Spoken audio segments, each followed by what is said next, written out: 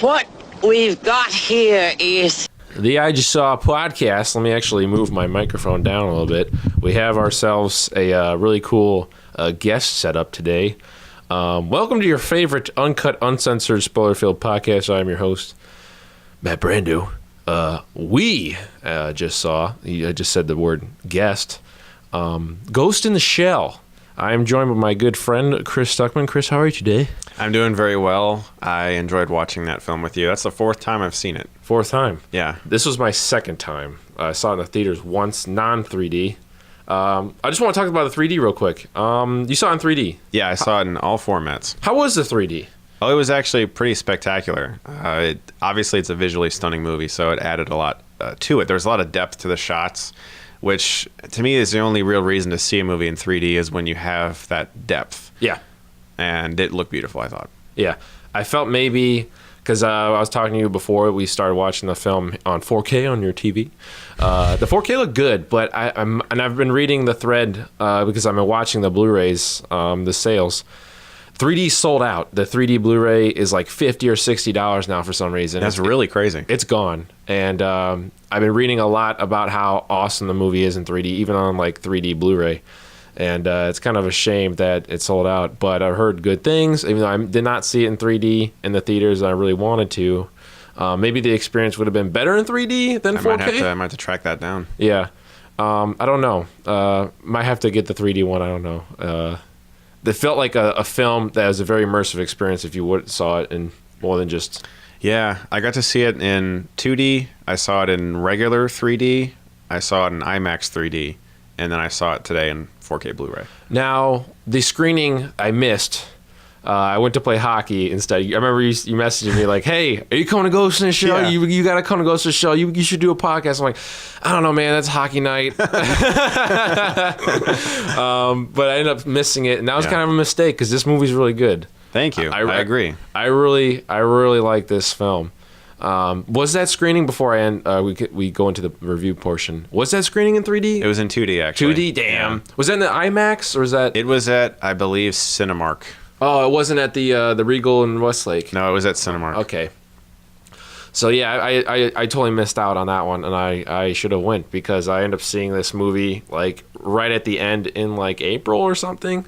Saw it with the ex. Ugh. So I want to see it again for sure, and I want to bring you on because you're well versed in Ghost in the Shell. Yes, it's sad. It's sad. No, it's a good thing because this film was great and I loved it so much. I want to see like a trilogy or more films. My God, so do I. Had they announced anything? You know, it's clear that they wanted to. Unfortunately, it was not well received by critics. Not panned. You know, this isn't a Dragon Ball Evolution or a Speed Racer. I was gonna actually say something about Dragon Ball Evolution. Oh, we'll talk. Yeah, we'll talk. We'll definitely. I got shit to say there. Thank you for putting a microphone in front of my face. I have things. Yes, I'll talk about that movie till I die. It didn't get great reviews, and people were a little mixed on it too. But before it came out, it received quite a bit of hate before anyone ever saw it. Yes, due to the casting of Scarlett Johansson, since Motoko Kusanagi, the cyborg character that was once a human being that has cybernetic enhancement parts in the anime was a Japanese woman, and so lots of hate. We can talk about that if you want. It's up to you. It's your show. But, we can do it real quickly. But I would love it. They made more. To answer your question, I would love. Absolutely, I would love it. I would hope so. But I'm less and less confident every day that will happen. Yeah, that sucks. One thing I really did appreciate about this film, it wasn't like a film where it tried to build on a sequel. It didn't add in all these unnecessary elements. It started a film, it had really great depth, which we'll talk about, and then ended, and it was a very complete journey. But when that journey ended, I wanted more rather than having like a cliffhanger or something. Yeah. It didn't feel like a big setup movie to a franchise. No. There's one little part basically at the end where she's like, "No, I'm not done yet. I want to stay here." Yeah. That's basically it. It could be it's an original movie that's its own thing, but it could also have more. Exactly. Something that really stood out to me, I'm just dabbing into the directing. It's been a while since I watched your review. The directing was good. And it was very simple. Not to say simple as a negative connotation, but a lot of symmetry. Only like a couple really epic sweeping pan shots, like when she takes off the jacket for the first time. That unbroken shot through the city when it comes up to her. Yeah, right before then too. Yeah. I don't know. It was pretty good. It wasn't too like impressionistic or anything, but I thought it was fine. I don't know anything about the director or what he's done in the past. Kristen Stewart, he did her. Oh, wink. Oh, I'm sorry. So what? He was the Twilight guy. When was that from? He was the guy who, unfortunately, was caught cheating with Kristen Stewart. Yeah. No, he made Snow White and the Huntsman. Ah, that was it. Yeah, another visually impressive movie. But with this movie, you're right. It does feel very symmetrical. It's a very reverse shot sometimes when they're talking. You know, sometimes it can look a little sterile. But it never really bothered me. I think the visual look of every set, the production design was so incredibly good. Oh, absolutely, yeah. And it didn't look like people will draw comparisons to everything, The Matrix, Blade Runner. Yeah. And Blade Runner is very influential on the world of the Ghost in the Shell anime, whereas Ghost in the Shell, the anime, was very influential on The Matrix. I forget if I said this in my review or not, but the Wachowskis, before they made The Matrix, they actually showed Ghost in the Shell to Warner Brothers and said, we want to make this except live action. That's awesome. So a lot of people, mostly film critics, were saying how derivative this movie is, and that we've seen it before, and that it's, kind of a Matrix copy. And that's tough because it's adapting an anime that was heavily inspirational to The Matrix, and it does it fairly well in regards to being faithful. Yeah. But we have seen The Matrix, and so it's tough because it's like, well, yeah, it sort of feels like The Matrix, but it's just adapting what inspired The Matrix. Yeah. John Carter of Mars, that movie, John Carter had some similar problems too, because the Disney film? Yeah. That was a movie that the original story was so inspirational to other sci-fi movies. And when you watch John Carter, it just felt like a bunch of other sci-fi movies, even though the original story inspired a lot of other stuff. So what? I didn't look at any other reviews, and I did see the Rotten Tomato score was rotten, which blew me away because I thought this movie was really good. What were the criticisms besides this comparison? Oh yeah, it's like Blade Runner. But honestly, before you answer, I kind of like that it was like a mixture, a concoction of like what I like: Blade Runner, The Matrix, a little bit of Tron. There's some elements of another film that just blew my mind. Right now I forgot. It was like a great collaboration of just all this stuff I liked. But go ahead and answer the question I was about to. You were asking about I cut you off. What the major criticisms? Yeah. I think the overall concern was that it was style over substance. I think if you could hold it into one thing, I would say is probably people saw a really great looking movie that just didn't have much under the surface, and I think this is that rare movie that I think benefits from multiple viewings, because there's a lot to take in on first viewing, especially if you're not familiar with the world of Ghost in the Shell. If you're just walking into it as someone who's never seen the original film or its sequel, Innocence, or the standalone Complex show, I've seen everything, even the new Arise show, which I didn't like. I've seen everything. And so walking into it, I had already kind of dipped my foot into the water of Ghost in the Shell, and other people, it can be a little jarring because, like, wow, there's all this stuff to take in, and then you're focusing on that. Seeing it 4 times, this movie has a lot to do with consent. She's constantly asked. She has to give her consent to a lot of things that involve invasion of privacy. I'm Major Mira Killian. I give my consent to do this and do that. And finally, this is a spoiler podcast. So finally, when she thinks she's going to be killed with that injection, she's like, I don't give my consent. I don't give my consent. I don't give my consent. And the doctor's like, we never needed it. And she thinks she's going to die. Yeah. This movie has a lot to do with that. Invasion of privacy, what it means to be human, whether or not you can be human if you're almost entirely cybernetic. You know, what's the blurred line between that? And sure, we've seen that before, you know? Yeah. Alien had Ash. Yes, exactly. We've seen things like this Yeah. in film before. It doesn't mean it's bad. We've seen similar things before. Yeah, I don't agree with that criticism at all. And that's actually really great that I brought you on because I don't know anything about Ghost in the Shell. I want to bring on pretty much a Ghost in the Shell expert on. We'll talk about, you're saying like when we watched it, I was like, dude, this is so faithful to the source material. I was like, okay, I don't know anything about this, so I want to hear about it. But to build on your point, I don't agree with that criticism at all. When I saw the film, yes, the visuals brought me into the world. All the things that I liked, I just said previously, like a Blade Runner mixture, Matrix and stuff. But what made this film really good or great for me was that depth, was having this connection to this cyborg. Yeah, we've seen it before, but it was done a little bit differently. What is she? What's her, like, it's a morality, it's a crisis of existence, it's all this like different things, and I felt for her, and that's the real and also I'm just gonna go right into this right now because I might forget it. The villain, not the second villain that we know about, but the first villain. Yeah. Holy shit, I felt for him the same way I did for the villain in Blade Runner. Right. And it's just like there's depth there. I don't know what people were saying that it was style over substance. I felt like it was both equal. We had some nice substance here. Yeah. Because he starts off as, you just think he's this hacker. In the original film, the main villain is the puppet master, someone who is hacking into other people to force them to do things.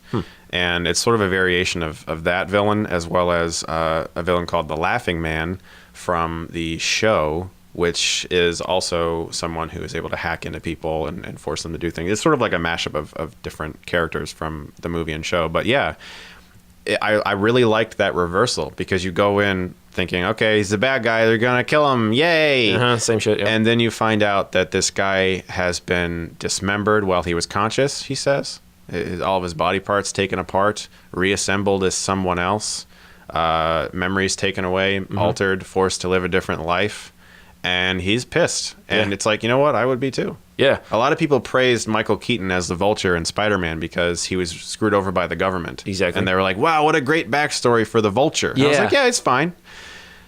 Look at this guy. I mean, his entire body was literally ripped apart while he was alive, and now he's forced to do work for this company, and that's why he's waging a war against him. And I think it's pretty great. It is great, and what makes it even like better is that it like mirrors Scarlett Johansson and her own like personal issues. Like, oh shit, I'm just like this guy, and it's really good, man. I don't get the criticisms.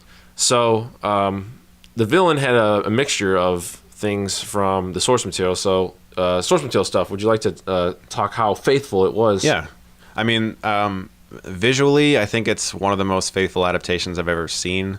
That the look of this movie is, I mean, I couldn't have asked for a better looking adaptation of Ghost in the Shell. Oh, it looked great.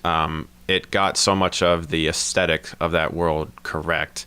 The idea of them being able to use, they call it in this movie, they call it mind comms, where they can talk inside their heads and they're all on a little network, is also in the original movie and show. They changed some names, obviously. Skin color has been changed for a few characters. The tank sequence at the end is almost a direct, almost shot-for-shot recreation of the original anime film. Oh, wow. Right down to her pulling it off and you see her body rip apart. That's in the anime. The idea of the Basset Hounds, the original creator, the original director of the film, Mamoru Oshii, had a Basset Hound named Gabriel, and one of the little Basset Hounds is named Gabriel. Aww. And he put Basset Hounds in all of his Ghost in the Shell movies, animated. That's awesome. Honestly, like the character design, especially of Bato, looks just like him. Really, I have no major complaints. The biggest change this film made, I think, is warranted. Because despite the fact that I basically think the 95 Ghost in the Shell is pretty much a perfect movie, the one thing that I think is weak about it is the character of Motoko Kusanagi. I don't think that she really has much depth. I think she's a very boring character, but I love that film. What they changed in here is they gave her this sort of tragic backstory. They gave her a reason to hate this company that did this to her. Whereas in the original, she is created in a very similar way, but she's just made to serve, and she serves, and she has no problem serving.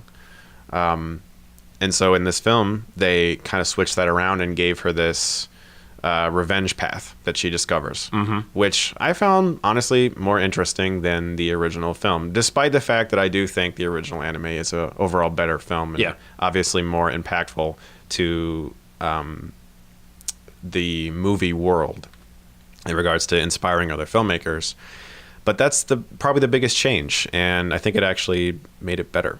Did they have the mom backstory subplot in there? No. You don't really know anything about Motoko in the original anime. Honestly, nothing. That's actually like that angle also, besides the villain, just really made this film like more than your typical like sci-fi blockbuster type movie. I didn't look at the stats, but you said it was kind of a flop. I don't know how much the budget was. I'm assuming it was a lot because there's a lot of visuals. It didn't make its money back. Oh, that's terrible. No. I'm definitely buying a copy of this stuff to support this film because I really enjoyed it. I haven't looked at like foreign grosses, but in America, it definitely did not do well. That sucks, man. That's kind of disappointing. I know it came out in spring, and that's probably not a great release date, but when I saw it, I left the screening and I was just standing there like, wow, that was pretty much exactly what I wanted. And yeah, I remember you texting me. Yeah. That. I was like, oh, that's good. All my friends were coming up to me at the screening and they were like, that was amazing. Yeah. Our buddy John was like, John Rodriguez, our friend, he's a really good writer. He was like, I'm blown away. Our buddy Craig liked it. Yeah. Like, everyone there liked it. And Yeah. I'm telling you, when I fired up Rotten Tomatoes, it blew my mind. I was like, wow, okay, well, I don't agree. I do not agree with this. And you know what? Opinions are opinions. But if I'm to have anyone appreciate mine, I got to appreciate theirs. Yeah, it's actually funny. You said you liked it.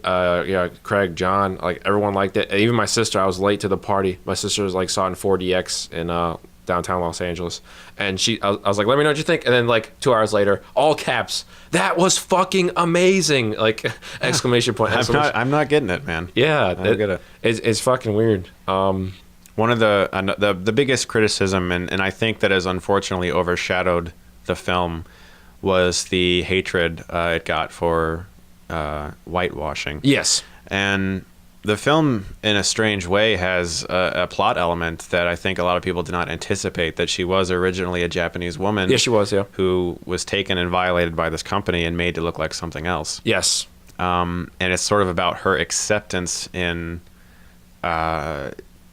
realizing that and then moving on with her life. Also, her mother looking past that, not seeing the skin, and accepting that was beautiful, her daughter as her daughter because it is her daughter. She's been turned into something else, but she doesn't look at her and say, oh, that's not my daughter. She sees past that, which I thought was kind of beautiful. And I think if people, would just wait to see a film and really take a chance to wait, that they could not get so upset sometimes when you hear things. One last thing. I think it's tough because whenever we love movie characters or anime characters or manga or book characters, it's almost like sometimes we take ownership of them. We feel like that's our character. That's our sacred character. Do not violate our character. Don't ruin it. Masamune Shirow is the creator of the manga and the creator of the character Monoko Kusanagi. Mamoru Oshii is the director of the original anime. And both of these men, who actually do own this character, who actually did shape this character, loved Scarlett Johansson's portrayal of her, and thought she was amazing. She was amazing. So if the creators of the character, the people who actually did come up with this character, are fine with it, yes, I don't understand why other people wouldn't look and say, well, they must have honored it then. Yeah, exactly. Two things. The Scarlett Johansson would be the second thing, and the first thing would be the whitewashing. I guess the way you put it into terms right then, it seems that the film was actually about whitewashing, or Hollywood.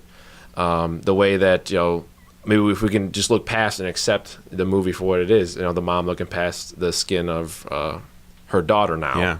And Scarlett Johansson was just freaking amazing. Like studying her through the eyes of an actor, she's like doing all these like little quirky things with her head. The way she walks, kind of like crookedish. Really great job. Very dry. She did fantastic. I don't know. I like the movie. Another thing that they really captured well was the relationship between the Major and Bato. In the anime, they are. You can tell that there's something just ever so slightly more than friendship, but they never really. Is that the Cyclops guy? Yes. Okay. The eyes. Yeah, eyes. There's something a little more than friendship, but they never admit it. They never say it, but you can tell that something's there. Mm-hmm. There is a little bit of mishmash of the first Ghost in the Shell film and Innocence, the second. There's a character, this doctor, who has the eyepiece that goes and then goes upwards. Yeah, that was like, what? Yeah, she's in Innocence. That was definitely that character. I honestly, like, as I was watching this movie, I was just continuously seeing things like, okay, they're actually really trying right now to please fans. They don't just have a property and they hope to make money. I know. They're actually really trying to please fans. And that's why it bugged me that so many fans like disown the movie just based off of Scarlett Johansson. Yeah. Because it's clear that hundreds of people really put forth a lot of effort to make a good film. Mm-hmm. Something that I was going to say something, but I just forgot it. Maybe about the action, but the only things I would take points off for, maybe it was too much like your old films, but I didn't really mind that. Maybe some of that I really like the sequence. It's like the 1 foot of water area. Mm-hmm. I felt like there's just too much slow-mo. There's a lot of slow-mo in the film. It works a lot of the time, like in the club at the end with the little like RoboCop spider thing. That's the spider tanks in the film. That water sequence is also in the anime. Very much so recreated, almost shot for shot. I felt like just maybe a little too much slow-mo in that middle sequence with the 1 foot water. Besides that, stylistically, I thought it was pretty much fine. Like, that's the only like things I'd take points off for. The movie was kind of funny. I really liked I can't believe I almost forgot about the Basset Hound thing.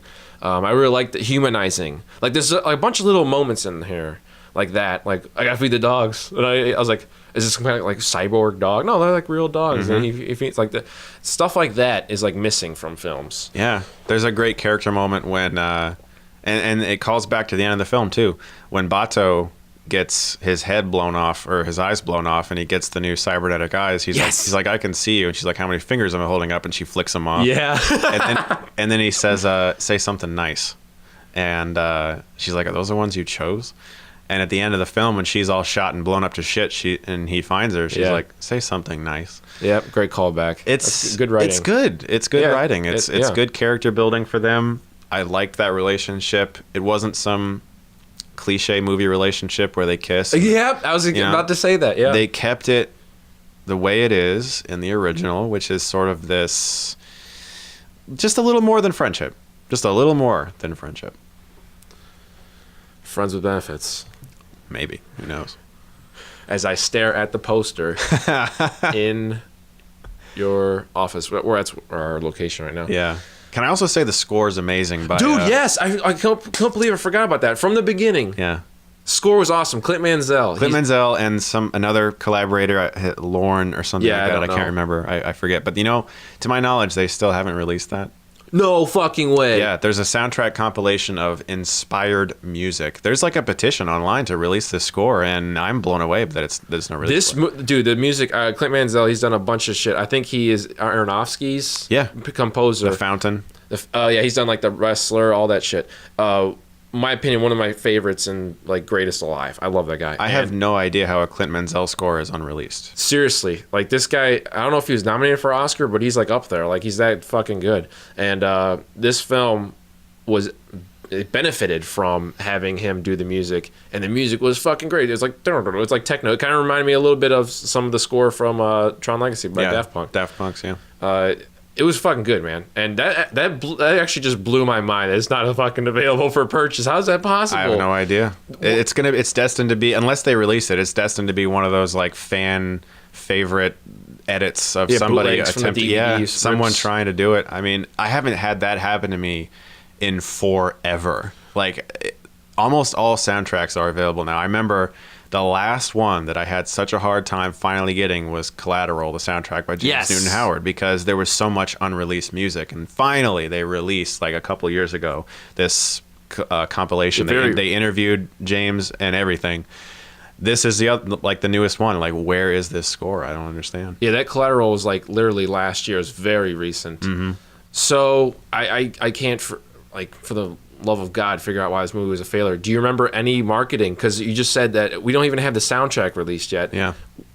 Were there a lot of TV spots? There was. I saw the trailer fairly often, and it seemed like people were excited for it. But like I said, I mean, it's weird. We talked a little bit briefly, just mentioned Dragon Ball Evolution and Speed Racer. Anime live action adaptations have a really hard time in America getting an audience, and some of it has to do with the fact that most of them suck, first of all. Yeah. Speed Racer, I do not want to say is as bad as Dragon Ball Evolution. I actually had someone approach me in LA or in San Diego asking me about Speed Racer and why I said Speed Racer was bad.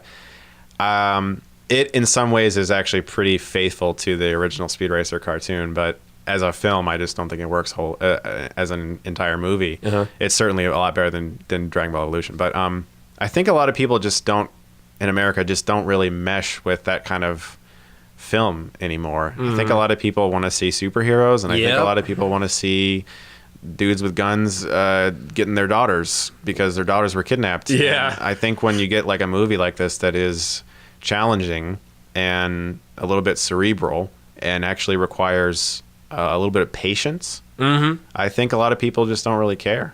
That's fucked. Yeah, it's true. We're kind of shallow when it comes to cinema, Transformers. But how popular is Ghost in the Shell as a franchise? Like outside, I'm assuming it's huge outside of, even in America. There's 2 feature films. There's 2 seasons of a show. There's another show. There's a made-for-TV movie based off that the standalone complex show. Yeah, there's tons. Yeah, I don't get how this film didn't make money. And since the original creators were like involved with it, Mamoru Oshii was there, Masamune Shirow was there. Like, it's strange. I don't really get it.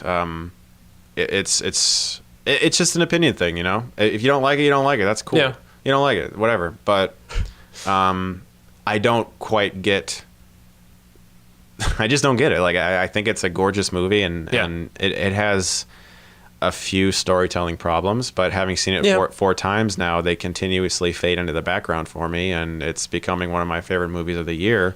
And I'm going to defend this movie to the day I fucking die. Yeah, I'd probably agree with that. It might make my top 10 as well. Might as well, before I forget, which I might, probably give it an 8 out of 10. I really liked it. I thought it was great. When I left the cinema, I'd probably give it like a 7 or 8, so I'm going to solidify and give it an 8. I'll defend this movie till the day I die too. Yay, friends! I really enjoyed this film, and I've heard good things from friends. And when you hear something from somebody, you still should check it out for yourself. Absolutely. And I checked it out for myself, and I agreed with everybody. I really liked this film. Scarlett Johansson did a fucking. This might be my favorite. I know you really like the horror film she was in. That was very artsy. Under the Skin. Under the Skin. I didn't like it. So right. I'll try to give it one more shot one time. No, if you don't like it, you don't like it. But this might be my favorite. That's a weird one. It's very weird. I remember you. I was like, dude, I couldn't take more than 20 minutes. Like, you stopped before it got really good. This might be my favorite Scarlett Johansson film. I mean, obviously, I like the Avengers. But I really can't think of anyone outside like that really blew me away like this with her. Is this your favorite Scarlett film? I don't know. I don't have to think about that. But I mean, it makes me think, and it makes me actually. It activates my brain. I'm not just like, wow, fun stuff. Bullets. It gets me to actually appreciate the story, and it honestly did make me sit down and think. I mean, there are a lot of scenes too we didn't even mention where she is. Really trying to figure out what she is. Yeah. She finds what I'm assuming is sort of like this movie's version of a prostitute and asks her to come back to the apartment. Yeah, she's like, "Are you human?" And she takes her hands and she starts touching the girl's face. Yeah. And she's trying to like feel what it feels like to be a human. Yeah. She asks her, she's like, "How does that feel?" And she's like, "Different." Yeah. And it's hilarious because I actually have a lot of respect for whoever edited this movie and the director's eventual choice, because in the trailer they have like this really cheesy lesbian kiss that's not Really? I'm glad they didn't do that. It's not in the movie. They took it out. I remember watching it in the theater. I didn't think I saw the trailer, but I remember watching it in the theater. I was like, please don't kiss. Okay, good. They did. It really humanized it. Yeah, in the trailer they kiss, and I'm like, oh no, and because I mean, I just felt like it was like, gotta see girls kissing. Yeah. America, America, and so I was glad when in the movie it ended before that happened. So. Yeah, I was glad too. I don't know if I have anything else that I forgot. Well, all I want to say is, as anime adaptations go, this is the best ever made, in my opinion, for live action. It's leagues better than every other one, and I can only hope that one day we get films like Akira made well like this. And similar to your feelings on Alien Covenant, you would love them to complete their story with that, and Absolutely. You really hope that happens. Yeah. That's how I feel with this. Gratefully, this film doesn't have a cliffhanger, and it can still be just a film. Yeah, but standalone, yeah. I really hope that they look past the box office gross, and that people embrace the movie a little bit. Yeah, I mean, I said at the beginning, the 3D Blu-ray is fucking rare already. It's like, what, not even week 1 completed of... I think it's week and a day. Yeah, and it's already like $50 on Amazon. Yeah, it's already like double the price on Amazon. I've never even seen it in person. Yeah, the Blu-ray. That's how rare it is already. So maybe a really high demand or sales of the 4K Ultra HD Blu-ray and 3D Blu-ray can drive maybe some more interest.